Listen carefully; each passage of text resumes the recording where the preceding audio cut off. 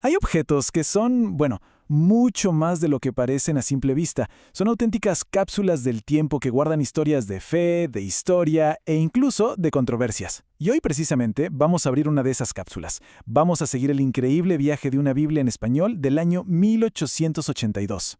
Bueno, nuestro viaje arranca por fuera, y es que miren nada más. La artesanía de esta cubierta es increíble. Cada detalle dorado, esa cruz en alto relieve, nos grita que esto no es un libro cualquiera, es un tesoro, un objeto de otra época, que fue hecho no solo para leerse, sino para ser admirado. Y si nos fijamos bien, aquí es donde el tiempo de verdad nos habla. El lomo desgastado, las páginas que ya no son blancas sino amarillas. Pero cada una de estas supuestas imperfecciones en realidad es una medalla, una cicatriz que cuenta una historia en silencio. Nos habla de un larguísimo viaje y de todas las manos que lo sostuvieron por más de un siglo. Y, ojo, aquí tenemos la primera pista concreta sobre su pasado. Este sello, Ex Libris, que básicamente significa de la biblioteca de o de los libros de, nos dice algo clave. Este objeto no siempre estuvo en una biblioteca pública o en un archivo. Perteneció a alguien, fue el tesoro personal de una persona. De repente, su historia se vuelve mucho más íntima. Así que todo esto nos lleva a la gran pregunta, ¿no? Más allá de lo imponente que es por fuera, ¿qué es lo que este libro tiene para contarnos? Creo que ya es hora de pasar de la observación a la investigación, de la cubierta a lo que hay adentro. Bueno, llegó el momento de abrirlo. Al pasar estas páginas, no solo estamos hojeando un libro antiguo, estamos, de hecho, descubriendo las capas de su verdadera identidad, tanto histórica como religiosa. Y al abrirlo, ¡wow!, nos topamos con algo fascinante. Por un lado, la portada a todo color que la identifica como la Sagrada Biblia. Y justo al lado, un grabado súper potente, súper solemne de la crucifixión. Es esa combinación perfecta de texto sagrado y arte para la devoción, algo muy típico de las publicaciones de esa época. Y aquí, por fin tenemos su nombre y apellido. Ojo, que no es cualquier Biblia, es una edición de la Biblia Torres Amat. Y esto es importantísimo, porque estamos hablando de la primera traducción católica al español que de verdad tuvo un éxito masivo. Logró llevar el texto a un público que nunca, pero nunca, había tenido acceso de esta manera. Y ese nombre, Torres Amat, va a ser clave. Pero, a ver, para que un libro así circulara en el siglo XIX, no bastaba con tener el dinero para imprimirlo. No. En las primeras páginas hay una pista crucial, un sello, que era literalmente su pasaporte para poder existir. Seguimos pasando las páginas y, de repente, encontramos esto.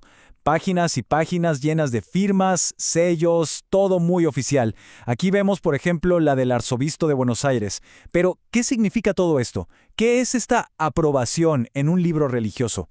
Bueno, pues todo esto tiene un nombre técnico. Imprimatur. Viene del latín y quiere decir que se imprima. Es en esencia la licencia oficial de la Iglesia que certifica que lo que está escrito ahí dentro no tiene errores de doctrina ni de moral.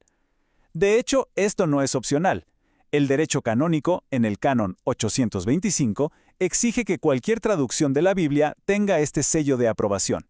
Y lo impresionante es el alcance que tuvo esta Biblia. Fue un proyecto global para la época. Vemos aprobaciones que vienen de Buenos Aires, de México, de Montevideo, claro, de Toledo en España, e incluso de Filadelfia en Estados Unidos. Esto nos habla de una ambición enorme, un libro para toda la comunidad católica de habla hispana, sin importar en qué parte del mundo estuviera. Ok, ya entendimos por qué el libro es tan importante. Pero, ¿y la persona? ¿Quién fue la mente maestra detrás de todo este trabajo monumental? Es hora de conocer al hombre que lo hizo posible. Félix Torres Amat. La vida de Torres Amat fue de película. Miren, se doctoró en teología siendo súper joven. Y para 1823 ya había publicado esta traducción, que fue la obra de su vida. Y no fue un camino fácil, ¿eh? Tuvo que enfrentar controversias y defender a su familia. Pero al final, su carrera lo llevó a ser nombrado obispo de Astorga. Su vida es un reflejo de su obra, dedicación total al estudio y a difundir las escrituras. Ahora, la pregunta del millón es, ¿qué tenía esta Biblia de especial? ¿Por qué fue tan revolucionaria? Y, para algunos, hasta polémica. Vamos a desglosarlo. Básicamente, eran tres cosas. Primero, la fuente. Se basó en la Vulgata latina, que era la Biblia oficial de la Iglesia. Segundo, Fue un trabajo súper riguroso porque la comparó con los textos originales en hebreo y griego. Y tercero, y esto fue lo más novedoso, incluyó notas explicativas en cursiva dentro del mismo texto. La idea era que la gente común y corriente pudiera entenderla mejor. Y esta idea de meter notas por todos lados fue tan pero tan llamativa que la Biblia se ganó un apodo bastante curioso. La gente de la época decía que estaba llena de viruelas. Imagínense, como si el texto tuviera la piel llena de puntitos por tantos asteriscos y aclaraciones en cursiva. A ver, y para entender por qué era tan importante tener una versión católica, aprobada y todo, hay que recordar una diferencia clave con las Biblias protestantes. El canon bíblico católico tiene 73 libros, el protestante 66. Esos 7 libros de diferencia, conocidos como deuterocanónicos, hacían que una traducción como la de Torres Amat fuera, indispensable para los fieles católicos. Y con esto damos un salto enorme en el tiempo. Llegamos a la última parte de este viaje. Vamos a ver cómo este tesoro de papel y tinta sobrevivió para llegar hasta nuestra era, la era digital. 73. Hay que quedarse con ese número. Es la cantidad de libros que forman el canon bíblico católico completo. Y el gran logro de Torres Amat fue precisamente ese, ponerlos todos, completitos, al alcance del mundo de habla hispana en una edición fiel, con comentarios y sobre todo con la bendición de la Iglesia. Y aquí es donde la historia da un giro súper moderno. Como la Biblia se publicó allá por 1823, hace muchísimo tiempo que sus derechos de autor expiraron. ¿Qué significa eso? Que entró en el dominio público. Es de todos. Cualquiera puede usarla, copiarla, compartirla libremente. Y claro, gracias a esto, la Biblia de Torres Amat está teniendo una segunda vida increíble en el mundo digital. Hoy cualquier persona, desde cualquier lugar, puede leerla gratis en plataformas como The Internet Archive, en bibliotecas digitales católicas como Verbum o en las colecciones de un montón de universidades. La prueba de que una obra del siglo XIX puede estar más viva que nunca en el siglo XXI. Y esto nos deja con algo en qué pensar, ¿no? La historia de este libro no se acabó en la imprenta.